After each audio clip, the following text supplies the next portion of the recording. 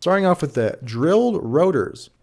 Look, you see these and you think, oh, this is amazing. But what you don't realize is that the drilled part actually reduces the braking performance because you aren't taking this up to speed. You're not going 120 around a track curve or down a drag strip. You're going 55, possibly in the school zone. Don't do that. You're going to be losing extra brake material. The rotor now has less material for the brake pad to grip onto. It's not going to help slow you down. So this goes to, I don't know, I'll put this in like a C tier. Looks sick, but functionally useless. C tier. Next up, we actually have performance rotors. These are not drilled and slotted. Big note. They're not drilled and slotted. Extra big note. They're more expensive than a standard rotor would be for your car, but they actually give you performance benefits. It's a better composite material. They're just overall so much better. Highly recommend. This is actually a fantastic upgrade for your car. I know it doesn't look as cool. It's a daily driver. Get over yourself. Sticking this in A tier. That's great, solid upgrade. Helps you get better stopping power. Same with your brake pads, actually. Do not change your exhaust system.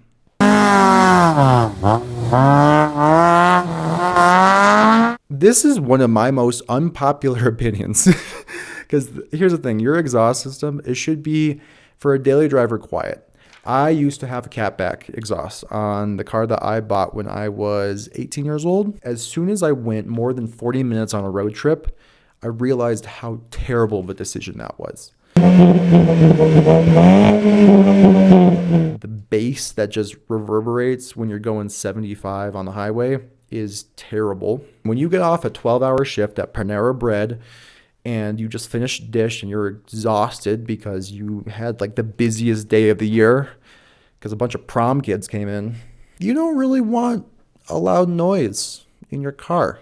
You just kind of want to sit there and drive home in silence. There's going to be a time when you get so tired and you just get off work and you just want quiet and you're not going to have it. Honestly, I got to put this for a daily driver in D tier. Project car? Oh, S tier. D tier for daily driver. Next up though, this is a valved exhaust. Some of you might not even know these exist because you just got your first car, but these are a way better option than say just a straight back, like straight pipe or axle back or a cat back or resin air delete option.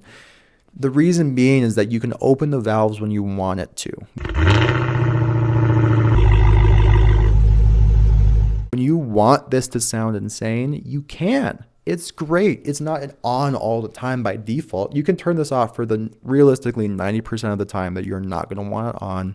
And then when you're pulled up to that light and you see that Kia Del Sol that you want to race, you can open this up and show all 170 horsepower of glorious energy inside that car. I would put this in S tier.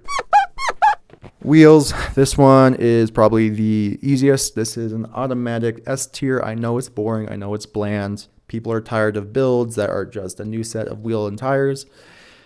But man, this is the easiest way to change the entire look of your car with probably less than $1,000. You spend $600 to $1,200 on something like this, and you just have an entirely new car. It feels entirely different. And so for that reason, S tier automatically. I feel like a dad whenever I talk about tires. Tires are boring. Let's be really honest. They don't really change much unless you have like an off-road vehicle and you're getting some really thick boys. As boring as they are, this is actually the best way to increase performance for a daily driver. Like if you're doing a pull, you want good tires. I know it sucks. I know it's boring, but it's kind of the best performance upgrade you can make on a daily driver is just getting better tires. Get some Pilot Sports. A boring S tier, but an S tier nonetheless. Coilovers and suspension upgrade.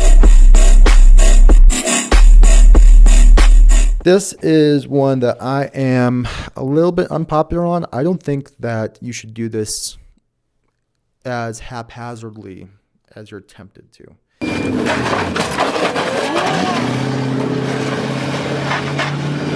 For a daily driver, if you're not wanting to impale yourself on a pothole, I would really just recommend doing this if you have to do it. Like if the suspension is actually bad from the factory or if it's old, do a suspension upgrade, specifically on lowering your car, I wouldn't really do it. Like, they can look sick, putting it on bags looks sick. But for a daily driver, again, I don't know if it's really that worth it. And again, lowering springs are so cheap. So you're just like, maybe I should do it. And then you just end up scraping your front splitter off. Anyway, don't do it. I'm going to put this in a B tier where it's functionally useful, but the way that most people do it isn't really that great. Vinyl wrap. This is AMAC S tier. This is the easiest DIY solution for changing the color of your car. You only need basically 2 tools to do it. You need a knife, you need a heat gun, and then you need a squeegee. So I guess 3. You can do it a whole car for probably around $300. And as long as you take it off before it expires and glues itself permanently onto the hood of that Mazda 3, you'll be okay. A tier. Paint, pretty much the same as vinyl. B tier, it's a lot harder. It's great for longevity's sake, but it is way harder to do. And if you're working out of an apartment complex, this is not going to be an option for you. I really wanted to bring this up. I have a personal vendetta against these spoilers specifically. I hate these. Every car that has this looks like it's not put together right. I know it's only $120 off of Amazon, but when you drill holes through that trunk and then proceed to apply no silicone or any protectant against that raw edge of steel, I really question whether or not you understand the purpose of a daily driver. I kind of hate these in all contexts. I've never seen one that looks good. It looks bad. So don't buy these. Please don't buy these. D tier. I lied. It's an F tier. I realized as I was putting it on that wasn't low enough. So body panel spoilers, and I'll just throw in body kits with this too. This is an A tier as long as you do it right. Body kits are fantastic, especially if they're molded for your actual car. Like this one's on like an early Civic. Honestly, just such a great upgrade. So cool. And there's so many options available. So as long as it's got like a fiberglass shell or something like that, A tier. Tint. This one's easy A tier. Simple, effective, a little bit boring, but also changes the look overall pretty instantly. So this is going to be your head unit. Get some Android Auto or CarPlay really easily. If you cheap out and you find something that requires a lot of wiring, this is a really easy way to blow all your speakers. I'm going to say this one's a B tier, mainly because people don't really know how to do electronics work. Speakers, also a B tier for pretty much the same reason. It's a little bit more complicated to deal with this. My brother, he has a stock CRV. Literally nothing different about it except the speakers. B tier because it's solid. Kind of complicated, can get pricey, but honestly a really good upgrade for a daily driver. Dash cams, they are boring. They are cheap. They will save you thousands. I have a friend who he rear-ended someone and was liable. The problem is that he bumped into a guy who was backing up inside of a roundabout. Inside of the roundabout. And he didn't have a dash cam, and so he had to pay all the damages. But if he had one, he could have been like, hey, this guy's a doofus. Can we not pay for this? And his insurance company would have gone, yeah, for sure. So this one goes in the A tier. Short ram intakes, or also known as hot air intakes. This is so tempting. It makes so many cool noises.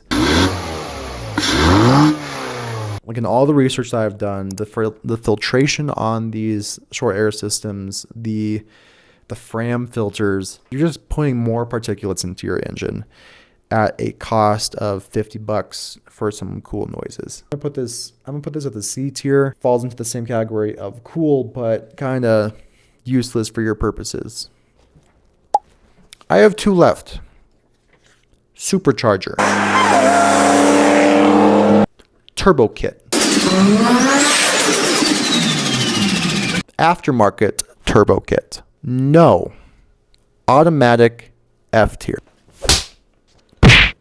You might be saying, why? It increases power by so much. It does so many cool things. Like the turbo and the supercharger make really cool noises. You get the on the turbo and you get the on the supercharger. Isn't that great? And I'm saying, listen, if you're installing a big turbo kit or a supercharger on a daily driver, your priorities are really messed up. These are expensive. You know this. You've looked them up. I know you've looked them up. Look me in the eyes. You've looked them up. Naturally aspirated is the way to go. If you're trying to install this, you will be in a world of pain.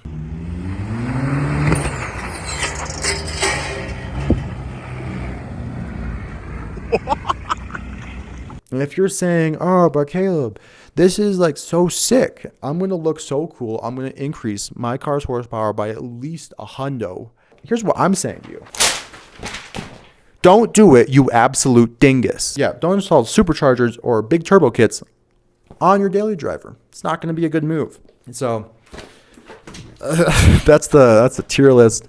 I hope you got something useful out of it. Or if you disagree with me or have found any of my things that I have said to be heretical, leave it down in the comments. Let me know what I said that you don't agree with or you're currently regretting because of your 14 Klarna payments you have left to pay off on that drilled rotor kit. Peace.